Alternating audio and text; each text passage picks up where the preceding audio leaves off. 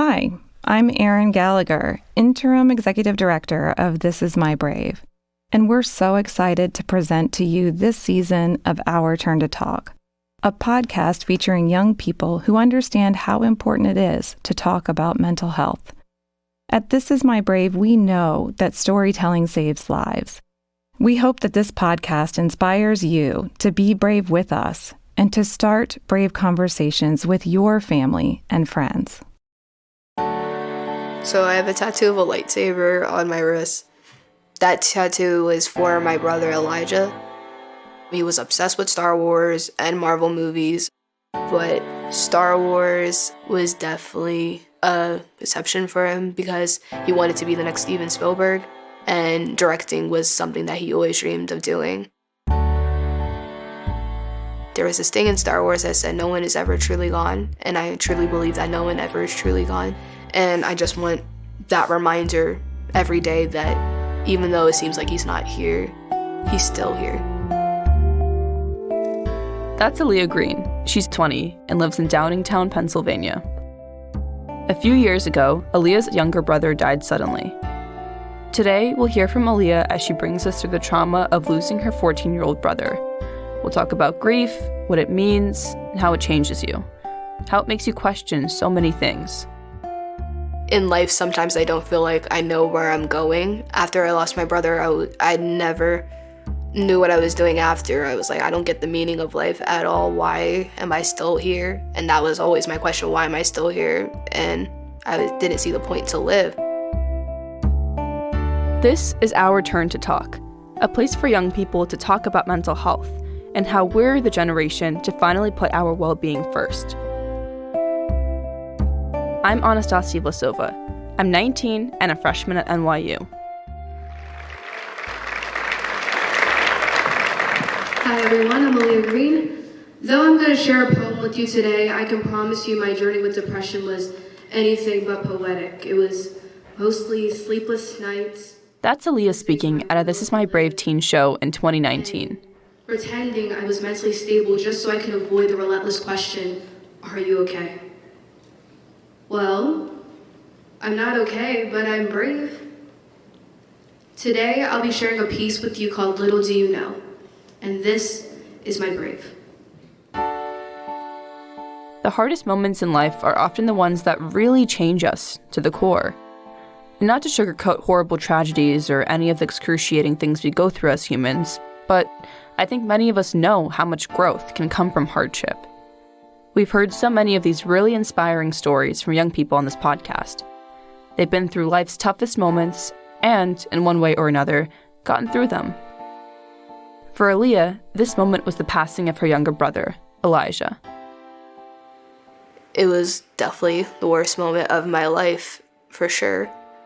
One day, my mom texts me while I'm at school and I'm about to leave school. She's like, I'm taking Elijah to the hospital. I was like, oh, well, maybe she's taking him to urgent care or something. Something small happened, because she does that too, even like when we're regularly sick sometimes. So I didn't think nothing of it. But when I came home, all I saw was ambulance, like materials all over the ground, and I was like freaking out, having anxiety. So I was like, I don't know what happened. That's just weird. And I got a call from my mom saying to go visit him. And I think she said visit, but she didn't really want to tell me. She sounded dull when she said it.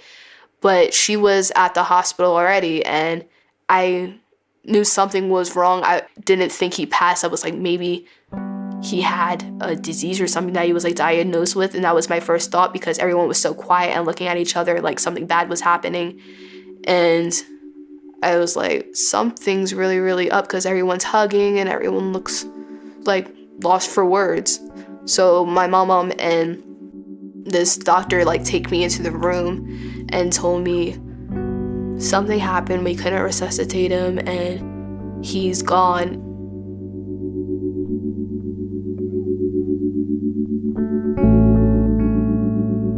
I just remember like screaming his name the whole time, and I didn't know what to think of it. It all felt like a dream. They took me to see him, the hospital bed, which they said was one of the reasons why I couldn't sleep for a while, because I could like still remember like seeing the tube in his mouth and his eyes like so puffy and his like long eyelashes just like resting on his face and me touching his fingers, and it felt like he just became a mannequin like instantly. And then all I could scream was, Elijah, you were loved. Elijah, you were loved, because all these kids bullied him at school, and I never got to really tell him that a lot. And then they took me in another room to go see my mom, and she was just gone to me too, because her eyes, she was just staring like at the wall, and she was like, Aliyah, we lost him. And we already lost my aunt a couple years ago, and that was the first time I ever experienced death in my life. And I felt my mom went through a depression with losing my aunt, but losing my brother was definitely something extreme. And I was like, I know we're never gonna be the same again, but I was like, I don't think my mom is gonna be mentally there for me at all. It's like, I don't know what to do. Aliyah and her family are Christian, but she said after this horrible loss, her sense of faith was shaken. And we definitely still value God, and we have godly values, but it's definitely hard to keep that for a while, because like, why would you do this? Why would you take someone so young? He has such a future. And if you really exist, why would you do something like this? It makes no sense. And all I can remember is like people telling me, you have to go back to church, you have to come visit and stuff. And when I went with old church members, all I can remember is being mad for months in church and folding my arms, and it'd be like, I don't get any of this anymore, and I don't want to be here. And I definitely lost my Christian faith for a bit, but I definitely gained it back slowly in the process, because that's actually been my healing process, keeping tight to my relationship with God. But I was really mad for a lot, and that's how I felt for a long time. Dealing with such a loss at any time in life is hard, but especially at such a young age, the impact can be incredibly difficult. Grief, it feels like depression, but you don't have a sense of worthlessness, and you have a sense of searching for that person that has died. Dr. Heidi Horsely is a psychologist and professor at Columbia University. You also have moments where you can take breaks from your grief and feel better again. So there's moments you visit the grief, and then you'll move away from the grief. She's also a grief expert with a specific focus on grieving the loss of a sibling in young people. Dr. Horsely is an expert on this because she studied it for more than 20 years, but she's also lived it. When I was 20 years old, my 17-year-old brother and cousin died together very suddenly and very traumatically. And that event turned my world upside down. And my friends couldn't relate. You know, none of my friends had ever had a brother or sister die, ever. So I felt very much alone often. Just like it did for Aliyah, the death of Dr. Horsley's brother made her question everything about life, which is really common when young people lose a sibling. Most of us will spend 80 to 100% of our lifetimes with our siblings on this earth. We are travelers in life together. I didn't know who I was on the earth without Scott. I didn't know, how I was going to go on. Was I ever going to find hope again, happiness? I think a sibling death changes you because it puts your own mortality into question. People don't get it. When you've had a sibling die, people say to you, how are your parents doing? And they also say to you, you've got to be strong for your parents. We as siblings, what we hear is that our loss isn't that significant. We need to hide our loss. Along with the importance of being acknowledged and validated, Dr. Horsely emphasized a few really powerful coping strategies. The research shows that after losses, that the things that help the most are peer support. Just trying to find other people that have had a death that's similar is important. Because we realize, hey, wait a minute, other siblings are feeling the same way after a death. And she said while talk therapy is always helpful, other types of body-based therapies are especially useful. Because we now know that trauma can actually be stored in our bodies, our muscles and tissues, and can lead to physical pain. We need to find places where we can move our bodies and get this grief out. And, you can do a lot of different things. Yoga, walking, running, going to the gym, massage, acupuncture. so that you can move the grief through your body, because it can get stuck. You don't get over your brother or sister. You learn to live without them. And, while we can't have them here, we still can continue those relationships in new and different ways. And it is called continuing bonds. Continuing bonds might include things like talking to the deceased sibling out loud or through writing, maintaining rituals or activities that they did together before they died, keeping photos around, or taking a trip they always wanted to take.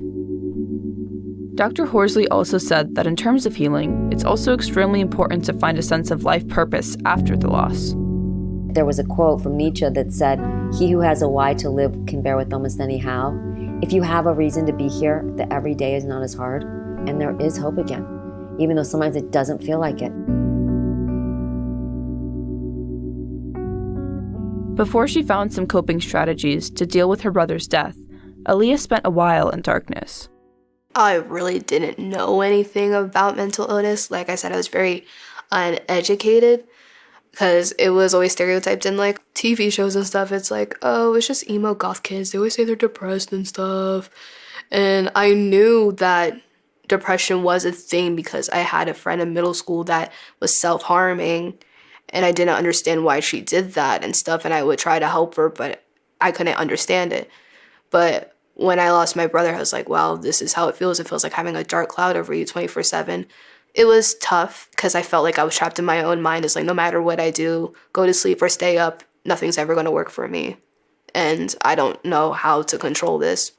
It's just that everyone treats mental illness like a person that needs to be in a sane asylum or, like I said, like just wears dark clothing like goth kids.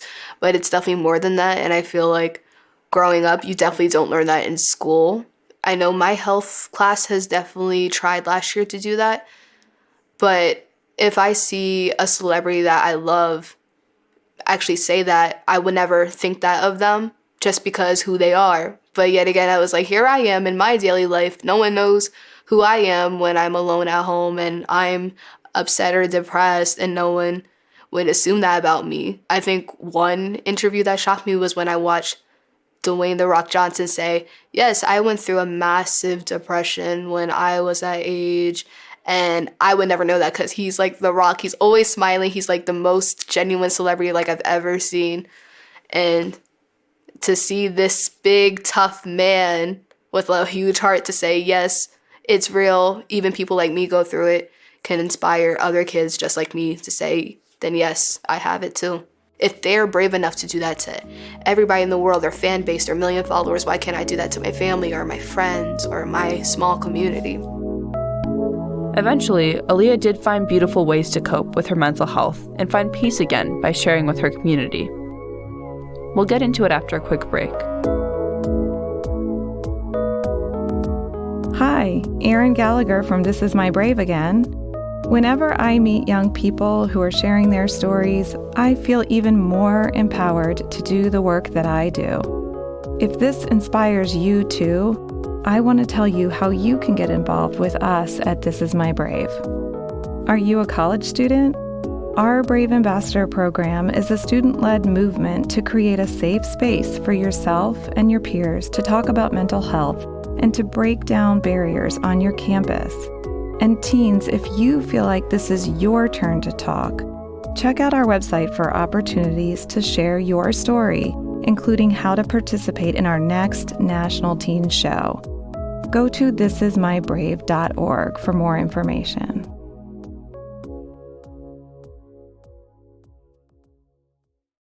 Many of you probably would never assume this about me, but I suffer from depression.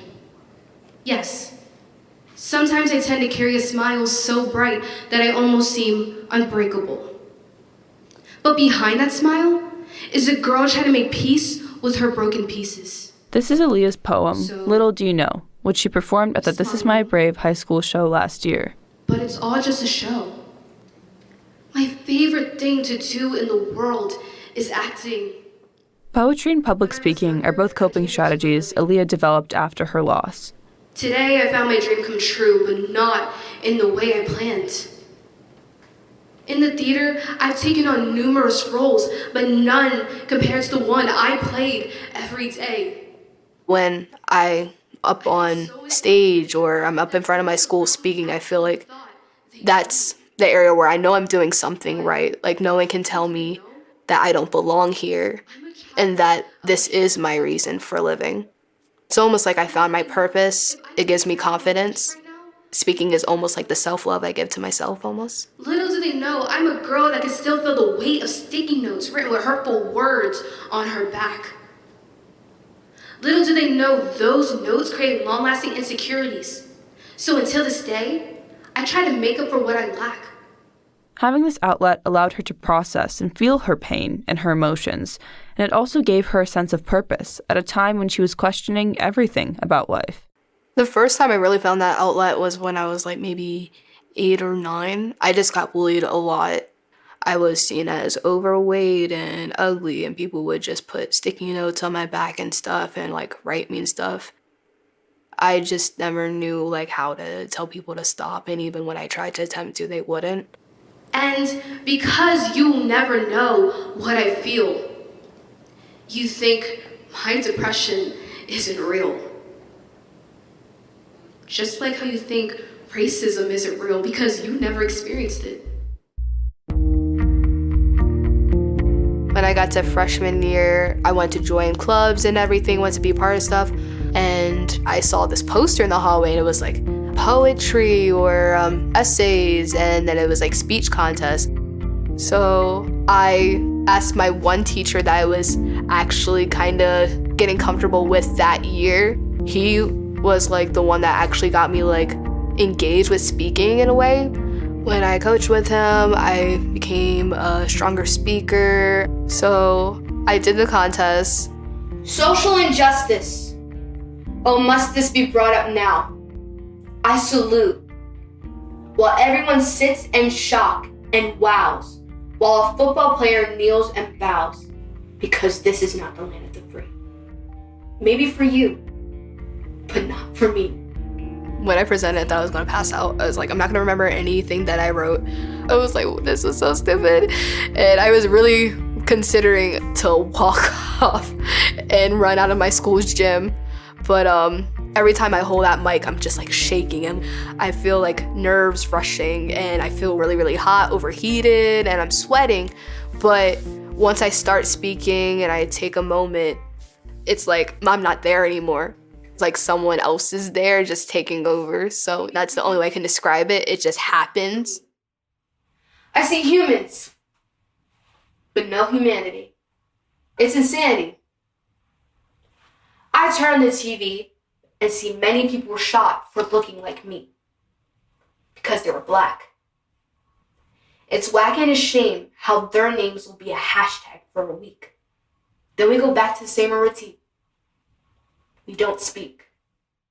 I stood up and talked about what was going on in the world, inequality, racism I experienced, how my friends were being discriminated against.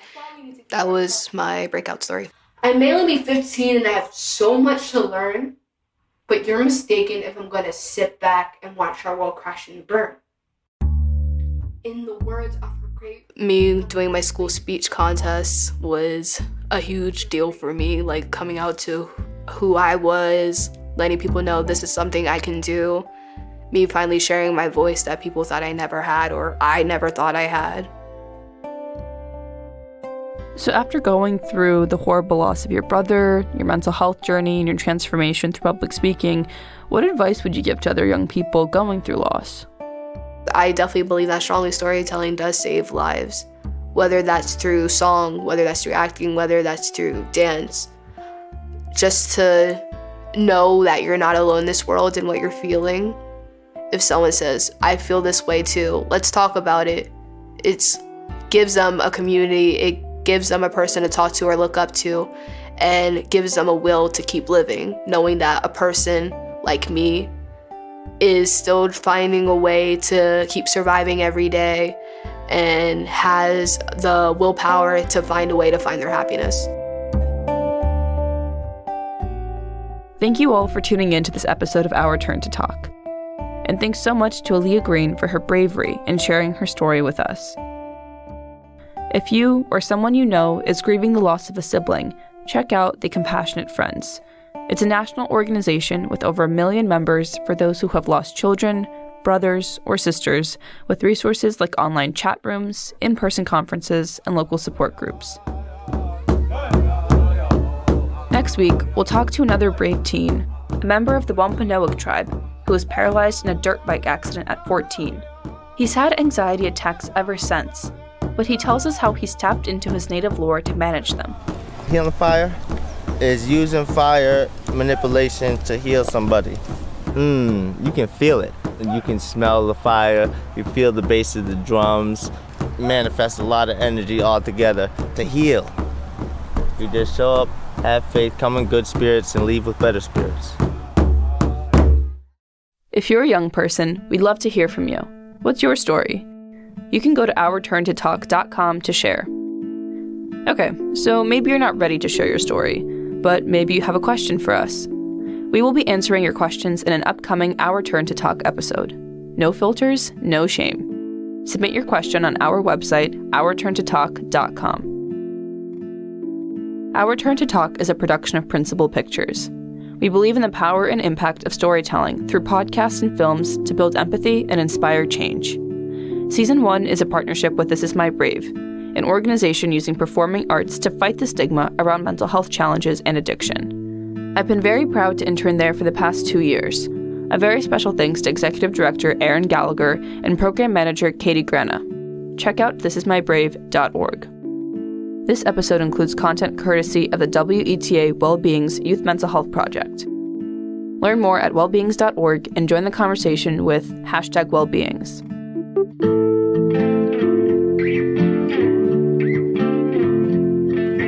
This episode of Our Turn to Talk was produced and edited by Patrice Howard, Megan Botel, and Mitch Hanley. Beth Murphy and Jennifer Marshall are our executive producers.